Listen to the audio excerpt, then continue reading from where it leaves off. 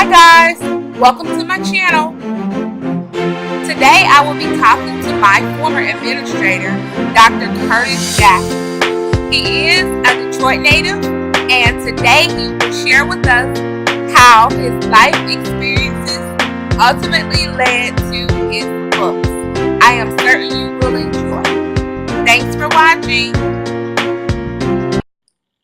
Greetings, I'm Jaquita Zachary Johnson, the author of Gary the Greater Gator, and of course I enjoy letting the world know about amazing independent authors. I have one with me here today, and he will introduce himself, tell us a little bit about himself, as well as his books. Thank you. Thank you for coming. Yes, Johnson. It's good to see you. Good to see you too. I'm Curtis Jasper. Trained in education and in college and graduate school, and stepped away from the field and started my new, what I call my second career in business.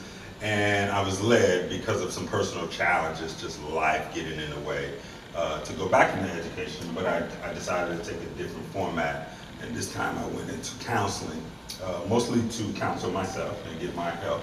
I was referred or recommended to become a counselor by way of the therapist I was seeing at the time. Okay. And so he was like, look, man, you need to go back and do this and help some other people. So I took it on as a personal challenge.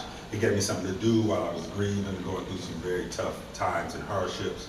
Got through a PhD, started counseling, built a practice around it, wrote a couple books, started some personal and some professional development programs, started a foundation working with young men. My strongest emphasis is with men, particularly men of color, and we all know the high number of reasons why that is very, very paramount at this time, you know. So I use that as my focus, and it's been going very well. So my books are educational. I don't profess to be a top-notch Pulitzer Prize writer or anything. My job is to get the information shared, put a personal story to it, and see if I can reach some people who may be able to circumvent some of the challenges that they go through. So my very first book is I Am the Solution. Okay. It's a small book, and I actually started off recording this book. I was grieving doing my dissertation, and I had to come up with this, what I call a curriculum for living. And so I designed 8 steps, 8 approaches to obstacles, and most of them are spiritually and religious based, Okay. but not in any particular denomination, mostly some internal stuff, things like Okay. meditation, going out in nature, prayer, breathing, things that we all do on a daily basis. So I compiled them, extracted about 8 that I use on a regular basis, Okay. tied them into some obstacles, and got it printed up in a book. And this is more of a memoir and some steps that I use to hopefully inspire someone. So tell me about one principle or one obstacle. So here's a good one. Yes, I will. So at the back, I go through the chapters telling my story, but then I do the obstacles at the back. Okay. So for obstacle number 4, I begin practicing mindful meditation daily. Okay. And we've all heard of meditation, and it was just, I thought it was just to sit quiet, center yourself, cross your legs, put your fingers there. But after my research, Okay. it's a number of forms. Yeah. But I used it as a way to center myself. Okay. I used it as a daily, and it became like anything else, working out, shooting a jump shot, singing, writing.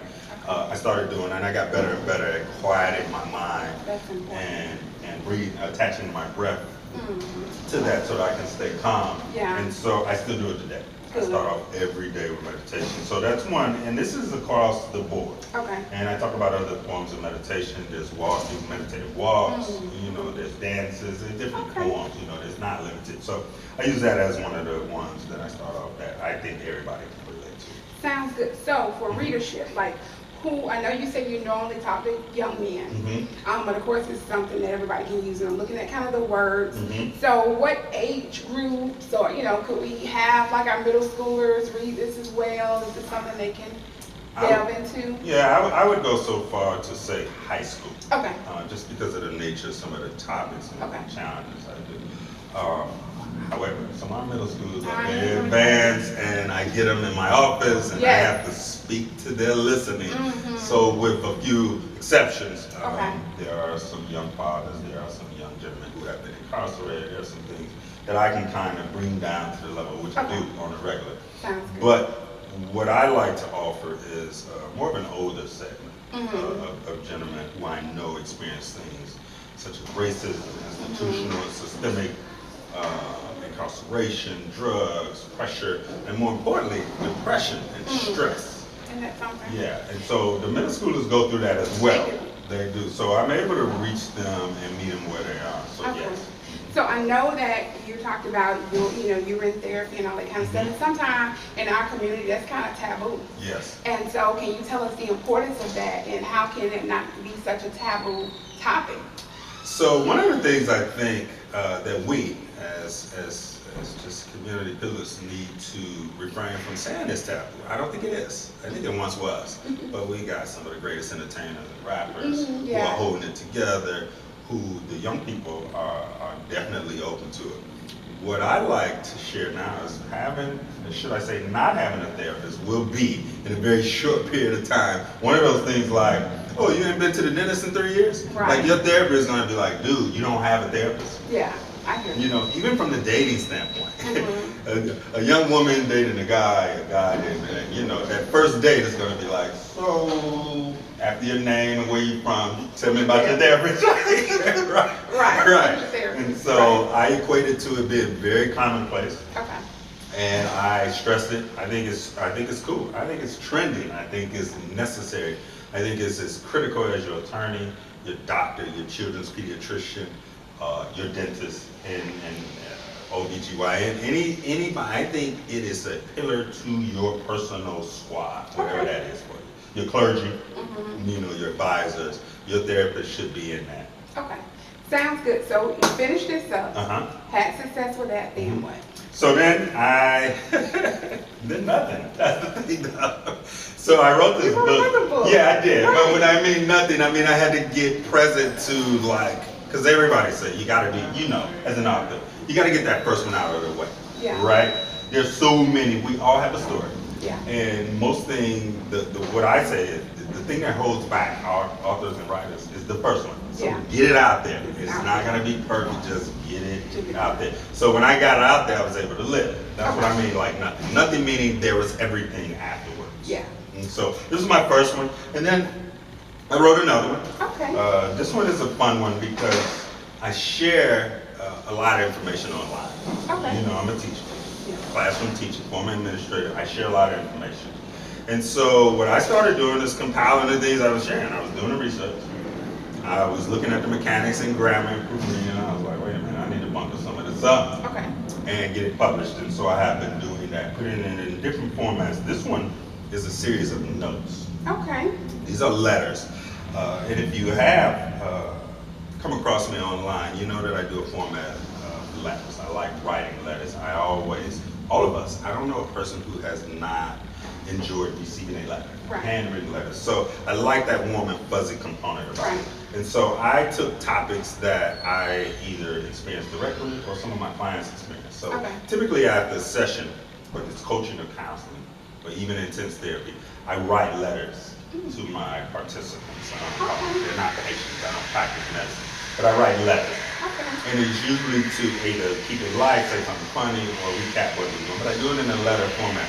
So I compile with some of their permissions, with all of their permissions, some of the letters that I use with them, and they kind of hit on certain points and recap certain things, ranging from relationships, self-actualization, mindfulness, emotional intelligence, things of that nature.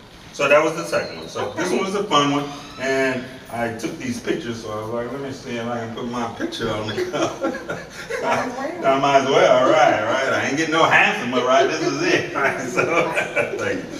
So I did that one for the second one. That was a fun one. So that one's out there. That sounds good. I love those words. That remind me of what I do. I'm behavior intervention specialist now. I remember. So yeah, those are some good words that we use. That's some good stuff. Y'all got to get it. Right. And then you have a. So here's the third one. This is a big one. This is a workbook. Okay. And this one is, again, notes to self. And I start off journaling as part of my normal routine. I just write notes, things I need to remember. Sometimes it's a to-do list, sometimes it's a number of things, but I always write a letter to myself. Okay. So in essence, this one is to the audience, Okay. and this one is to myself. Okay. All right, and this is a workbook because I wanted to give people practice on writing notes to themselves. Okay. Not necessarily a journal, not a chore or struggle, but spaces where I'll write a note and then I'll offer you an opportunity to write one. Whatever shows up, note to self, and that's just you getting beside yourself and speaking directly to you. Okay.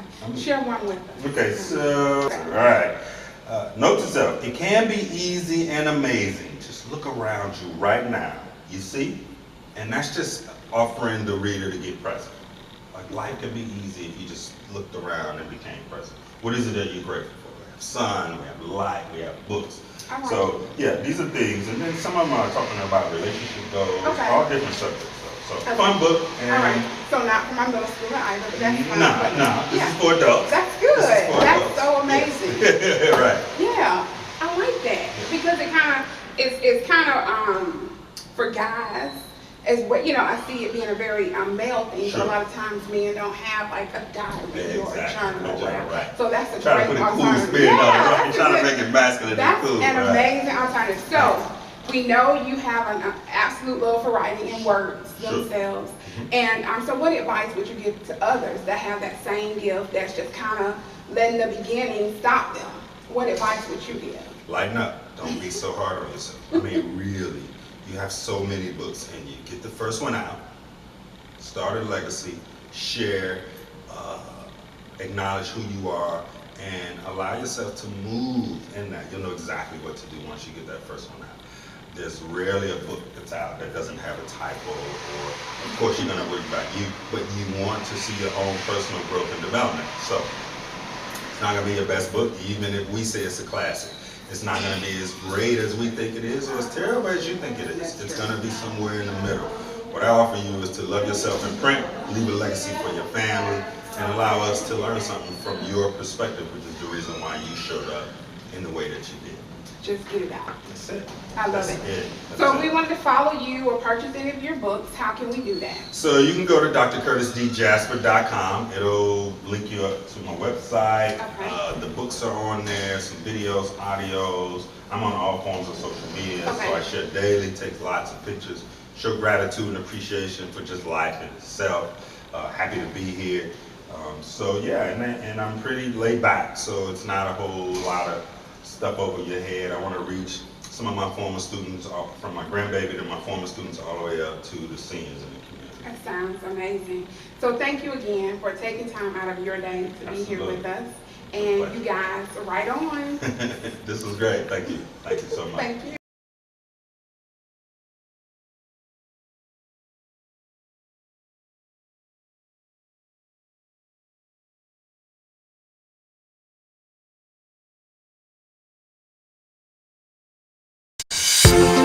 Thank you so much for watching. I hope you enjoyed today's video. To find out more about Dr. Curtis Jasper, simply click the link in the description box. Have an amazing day and write on.